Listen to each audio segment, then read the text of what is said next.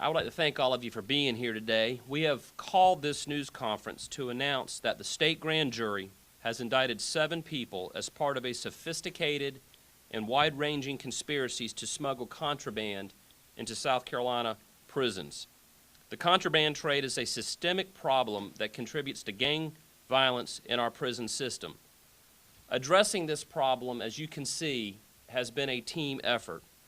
This case, which is code name known as Cash Cow, could not have been successful without the help of so many agencies and individuals. Some who are standing up here with me today, some who are not standing up here, but this could not have happened without their effort.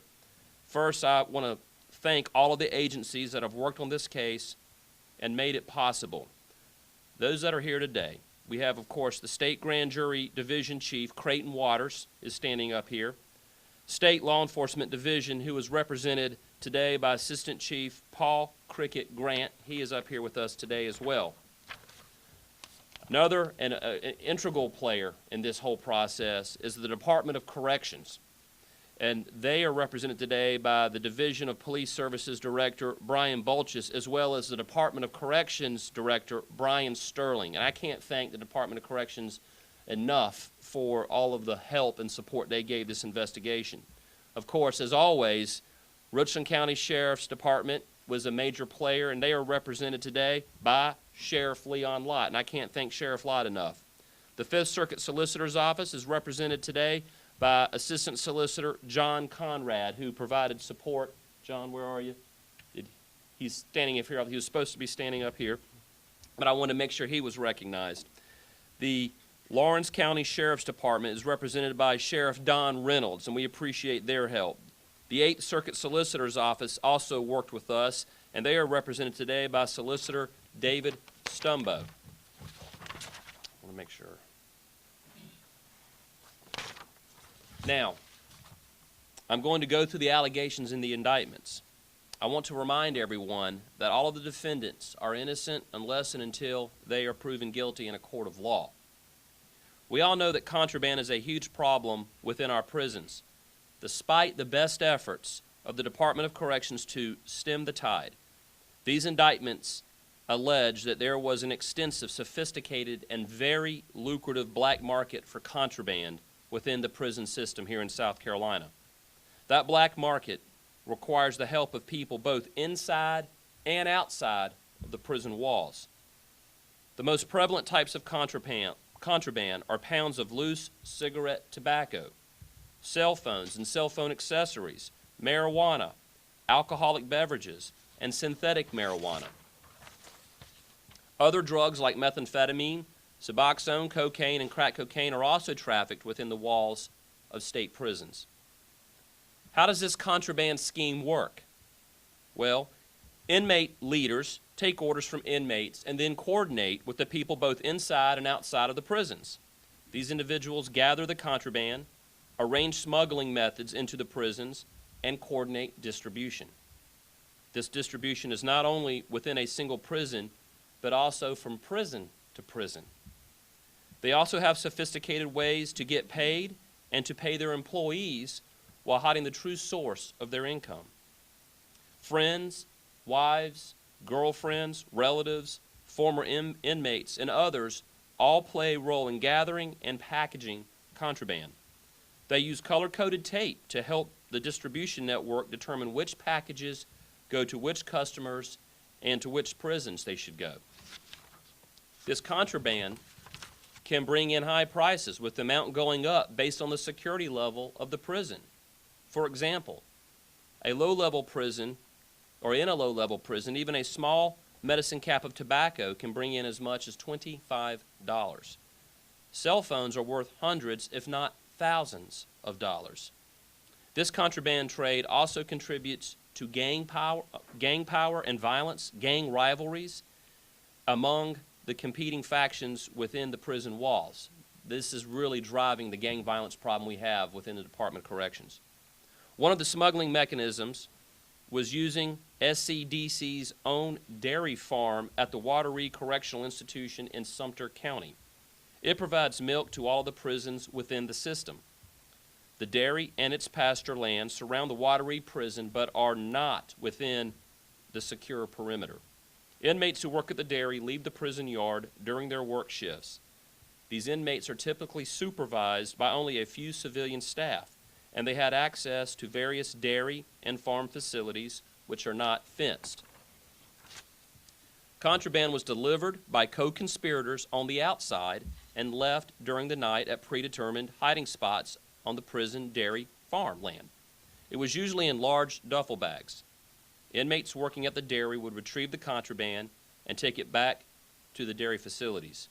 They would then use plastic wrap to roll some of the contraband into small capsules called eggs, which they would then smuggle back into the Wateree prison yard. The majority of the contraband was hidden in milk crates that were then delivered to prisons throughout the state. This is how SCDC's food distribution network was used against itself to carry out this contraband operation. This is not the only method they were using. They used a Columbia bakery that provides bread to the Department of Corrections. Inmates working at the food services warehouse at Goodman Correctional would be assigned to accompany truck drivers to the bakery to help load the bread. Once they were there, the inmates would sneak the contraband onto the trucks, and then the trucks would carry it back inside the prison walls. Another method of distribution involved inmates who were assigned to work at the State House grounds. Outside co-conspirators would hide contraband at various locations around the State House grounds. Inmates on State House work duty would pick up those packages and carry them back into the prisons. Some of the other indictments involve throwovers. That's when contraband is simply thrown over prison fences and later picked up. Two major factors have contributed to this operation: the use of cell phones inside the prisons and the help of people on the outside. These distribution methods are all coordinated by inmates on the inside with cell phones. Federal regulations prevent the state of South Carolina from jamming cell phones within the prisons. Additionally, these conspiracies also could not have operated without the help of wives, girlfriends, friends, relatives, and prison staff. I would like to give a warning to those who are listening to me today. If you are someone who decides to help an inmate smuggle contraband, then you will be prosecuted to the fullest extent of the law. If you are an inmate and you bring a friend or loved one into one of these smuggling schemes, then you will be bringing them into prison with you. Contraband is a 10-year offense alone.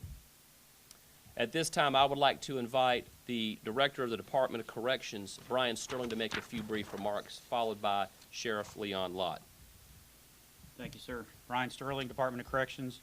I got a kind of a list of thank yous. When I first took over the department, I learned from briefings from staff that we had a contraband issue at the department, and ever since then, we've been working at ways to eliminate that contraband. One of the first things we did was we reached out to law enforcement. You saw something happening earlier this week. I called Attorney General Alan Wilson. I'd like to thank him. I called Chief Keel. I called Sheriff Leon Lott. We've got the solicitors here. And I said, we've got a problem. We need to attack this as a group. And that's what you're seeing here today is a result of that work together, that collaboration. I want to thank Brian Bulchus, Agent McDowell, Agent Bradley, Agent Bailey from the SCDC Police Services. These folks have worked tirelessly on this case. They were out late last night. I want to thank Creighton Waters and his team at the AG's office. I want to thank Chief Keel and SLED, Max Dorsey, the Richland County Sheriff's deputies who are out there patrolling. That's resulted in some of these cases being brought forward. And one thing I want to point out on cell phones, we would not be where we are today, which is talking with the industry and having this major conversation, actually having the industry at the table if it were not for the Department of Justice, specifically U.S. Assistant Attorney General Beth Williams. When we had the meeting with the FCC earlier this year, she showed up and she brought the FBI. That sent a clear and important message to the industry, and they quickly came back. Now we're looking at managed access systems, and we're studying that. There should be a report done by Virginia Tech shortly, and we will see what that report says. Contraband is a problem at Department of Corrections, not just in South Carolina, but across the country. What is the main thing you're seeing here? You're seeing inmates coordinate with people on the outside, not just this case, but other matters that we're investigating, using cell phones. Inmates do not need access, unfettered access to the outside world. I am again, y'all were at Broad River the other day, calling on federal authorities to help out the state. The feds can block the cell phone signal. I don't see why we can't. That's what we need. That's going to make it safe. Why does this matter to the average citizen? The folks that are incarcerated at the Department of Corrections are physically behind bars, but virtually they're out there amongst us. They're still conducting criminal enterprises as we see today. Happy to answer any questions after this is over, but I'll turn it over to Sheriff Lott. So thank you all very much. It's sad that we know what the problem is and we know what the solution is and we haven't fixed it. You know, I think most people think when you identify a problem, you find a solution and then you do it. Our federal government hadn't done that. We would not be here today if the inmates were not allowed to use cell phones and the cell phones were jammed. That's the solution, but we haven't got that assistance. I know Director Sterling they're still talking about it, but every day that they talk about it and they don't do it, we have contraband going in and out. We have hits put on correctional officers. We have criminals still being criminals. You know, when someone gets locked up and sentenced to prison, that doesn't mean that we're safe from them. When they go to prison and they have that cell phone, they can still continue doing what they were doing before they got locked up. We can stop that. Now, the federal government needs to step in and stop it. Now, this is the third press conference this week about cases coming out of the prisons. I hope all the citizens are listening to it, but I hope the federal government's listening to it. And I hope it hits them upside the head that they need to do something. They need to do it quick. Now, this case started with us, with Director Sterling asking us to help with the throw-overs. Lieutenant Wyatt's been working on this case for almost 2 years now. You know, it became a bigger case. It went statewide, and that's why we're all standing here today. But it all centers around cell phones. Cell phones. If we stop the cell phone use in prison, we're going to stop what we're talking about now, and that's the drugs, the hits, the violence. We can stop all that. It's real easy. So, federal government, I hope you're watching this. I hope you're listening to it, and I hope you get off your butts and do something quick. Anyone else? Any other comments from folks up here? At this time, are there any questions? What time frame are we talking about? When did this smuggling operation, at least when these charges start? How long is the investigation? Sure. It started, at least in these allegations so far, and I want to point out this is an ongoing investigation, but we're talking about October of 2017 to the present. There are actually two separate conspiracies here. There's the one conspiracy that involves the throw-overs. There's the other conspiracy that involves the dairy system, as the AG described. It involves the bakery, and it involves the state house as well. So the throwovers weren't necessarily to get the contraband to the bakery through that system? No, the throwovers were just a different group using a different method. They would, according to the allegations in this indictment, they would use these jugs or bombs, and they would come to the perimeter of the facility, coordinating with cell phones on inmates on the inside, and throw them over at the time where the inmates could get them and not be detected. The other conspiracy that was involved in this primarily got contraband in through the dairy system, but also got it in through the bakery and through the state house, and once they could get it into the food services system of SCDC, they could use that network to distribute it to any institution within the system. And of the 17 people, what's the breakdown? Inmates, the people on the outside, the officers? There's one, at this point in the investigation, there is one staff member that has been indicted in this particular case. His name is Marcus Deschner, and I believe we have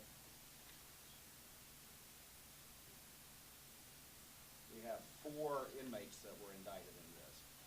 The rest of the people are, as the Attorney General stated, are people on the outside, and I think that's an important part of the message that's here today, is that if you're on the outside and you are helping inmates smuggle contraband in, then you are going to be prosecuted with very serious felonies.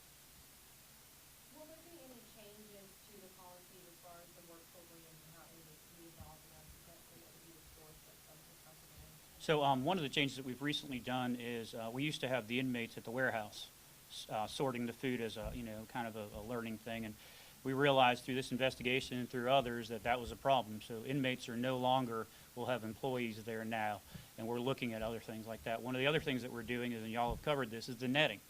You know, our fences were 12 feet high with the Constantine wire. Now we have the golf course netting, which is 50 feet high, and that has basically eliminated the throwovers. And what's next? The drones. Well, what are we doing about the drones? Well, they'll fly it in, they'll drop the bombs also. So we've got our officers on the yard that have equipment that alerts them if there's a drone in the area. We're also rolling out new body scanning devices at our prisons, so when people come in, they will get a better scan. These are all things that have been in the works for a while. Unfortunately, sometimes with state government, these things take too long, and we're working with legislative leaders to try to hurry that policy up and move things along, because as you see today, sometimes this can be life or death. Mr. Creighton, I wanted to make sure, Mr. Ramos, you're the, okay, the ringleader. He was actually a turbine, correct? He was conducting this scheme from one prison throughout the rest of them? He had a department. Yes, sir. Sorry. He had actually been at Watery prior to that, and obviously within the system, inmates get moved around, but I think a big part of the fact that the cell phones are so readily available and they're available in every institution that you can be moved to a different facility and keep doing business as usual. Solicitor, at your bond hearing for him this morning, you actually, I don't want to call it praised him, but you really let the judge know this guy had a pretty clever plan. We always hear criminals aren't that smart, but this one was different. How was this one so much different that it impressed upon you that it was that clever? Well, I did say that. I did say that he was very ingenious, and I think the indictment itself says that, is that the ability to get contraband in the prisons is limited only by the ingenuity of the inmates and the willingness of people on the outside to help. If you look at the allegations in this indictment, if you look at what was going on, we're talking about a very sophisticated system that used cell phone communication, it used various financial mechanisms, and then ultimately they used SCDC's food distribution network to distribute this contraband, and they could get contraband in one system or one facility and send it wherever they wanted it to go, no matter how high the security level. You have to give credit where credit's due. It's horribly illegal, and we're going to prosecute it to the fullest extent of the law, but it was a very sophisticated system, and that's why I think it's so important, as the others have said, that these cell phones be shut down, because without the cell phones, they cannot conduct business as they were doing. You know, we've often said this with our Internet Crimes Against Children Task Force, as well as some of our other criminal enterprises that are going on out there, that the crimes are becoming more sophisticated and the criminals are becoming more sophisticated, which is why law enforcement and prosecutors have to become more sophisticated. And again, they are adapting to the technology and the limitations that come with technology, and they're exploiting the vulnerabilities in our system, and we have got to work harder and faster to basically eliminate those vulnerabilities, as Director Sterling and Mr. Waters and the sheriff just talked about, that you know, we are hamstrung. Our hands are tied to some degree. There's obviously a lot that we can do within our own agencies as far as policies go, but there are certain things we can't do without the support of the federal government and also the state legislature, which I know that we are having an ongoing conversation with. But again, I will close my remark with saying, you know, it has been a team effort, and you've all covered stories involving gang violence in our prison system, and it is being fueled by the ability of them to have access to cell phones. If it wasn't for the cell phones and the support of people on the outside, these criminal enterprises and the violence that comes with it would not occur. Are you all going to ask anything of the legislature as a result of the contraband problem? And if so, what? Yes, sir. And before I forget, Dexter Lee, raise your hand. Dexter Lee has the Communications Act of 1934 that prohibits states from blocking. We've got 30 copies, so if y'all want to grab a copy, see Dexter afterwards. So last year and previous years, we've gone to legislature and asked them to increase penalties for contraband. We were unsuccessful last year, and we're going to come back again this year to do that. We're also going to be working with the industry on a way to use technology to stop these cell phones and have an order through the courts. Right now, that mechanism doesn't exist, but we're going to work with the legislature to try to use technology to have an order through the courts to shut these phones down when we discover that they are being used illegally inside our prisons. When you talk about increased penalties, are you talking about for the inmates or for those who furnish the contraband, or both? Both. General Wilson, from your office, is there anything else you can do to beat on the feds to get this cell phone thing passed? I know Director Sterling I've met with members of the federal delegation. I've sent letters to the FCC. I've, worked with Director Sterling. We've been screaming and yelling and stomping our feet. I know the sheriff and other members of the law enforcement community have been yelling about this for years now. And again, it is, these are regulatory issues at the federal level that we can't ourselves change, and we have to rely on federal regulators and federal legislators to bring that pressure to bear. So we're going to continue to, I'm going to continue to support the director with his legislative initiatives. I'm going to continue to yell about this at the federal level and ask for our federal delegation to, bring pressure at the FCC level. Contraband seems like it's all. Yeah. We'll give you both a chance, don't worry. Have you guys seen a ring this big and elaborate before in the state, or is this significant to other contraband efforts? Yeah, go ahead. Well, what you're seeing here is a collaborative effort with local and SLED and things of that nature. And I think this may be a first of its kind. I mean, using the grand jury, I used to work here. Grand jury is a great tool. It can cross counties. You can bring people in for testimony and things of that nature. So I think this may be one of the largest that we've seen in the state in a prison system. Now, you can go Google it, and you probably see other states have similar issues. I know California and Georgia and other states have similar arrests, and that's out there. So this is not unique to South Carolina. This is a nationwide problem. I was going to ask something similar to that. There's always seems like there's smuggling, contraband in the prisons. It's been around for years, decades now. But it seems like this might be a peak. Seems like with the size of this. Do you think it is a peak in the contraband smuggling problem, or is this just a normal? I don't know if I'd call it normal or a peak, but until we can stop these cell phones, you're going to continue to see this happen. I'll say that. I mean, ever since there's been prisons, people have smuggled stuff in. Everybody's seen Shawshank Redemption. But, it's going to be a problem because they have access to know where our people are, and they can communicate on the outside. They can spend money. They can receive money. They can make payments. It's just a tool that they don't need to have. They need to talk to their family members. They need to have communication, but we need to know what they're saying, and it needs to be for the right reasons. One other thing that I'm concerned about, and this is larger in scope, is it's not just what's going on outside the prison, which is a primary concern to all of us, but the safety of the correctional officers, our inability to stop these types of contraband schemes which feed gang rivalries, gang violence, gang power in the prison system. Our inability to stem that is putting our correctional officers at risk. And honestly, many of the people who are serving in the prison system, are also at risk as well. People are just trying to serve their time, pay their debt to society, and get back out. And they're being harmed too. So, I mean, we have a duty to everyone involved to try to stem this to the fullest extent we can. How was this detected? I mean, has this been somebody from operation, good police work, as it were? Or how has this I'll let you been brought to light and taken care of? And we expect more announcements. This, again, is a great example of, as Director Sterling was saying, is why the state grand jury is such an effective tool for these types of cases. And I'm going to speak generally, but it applies to this case as well. This often starts at the local level. It starts with Sheriff Lott's forces. It starts with the SCDC police services folks. And then SLED gets involved, the Attorney General's office gets involved. It's a partnership of all these agencies, and the state grand jury serves as sort of that central mechanism, as that glue for all these agencies working together, and that's how you can get a result like this one that transcends county lines and addresses a statewide problem.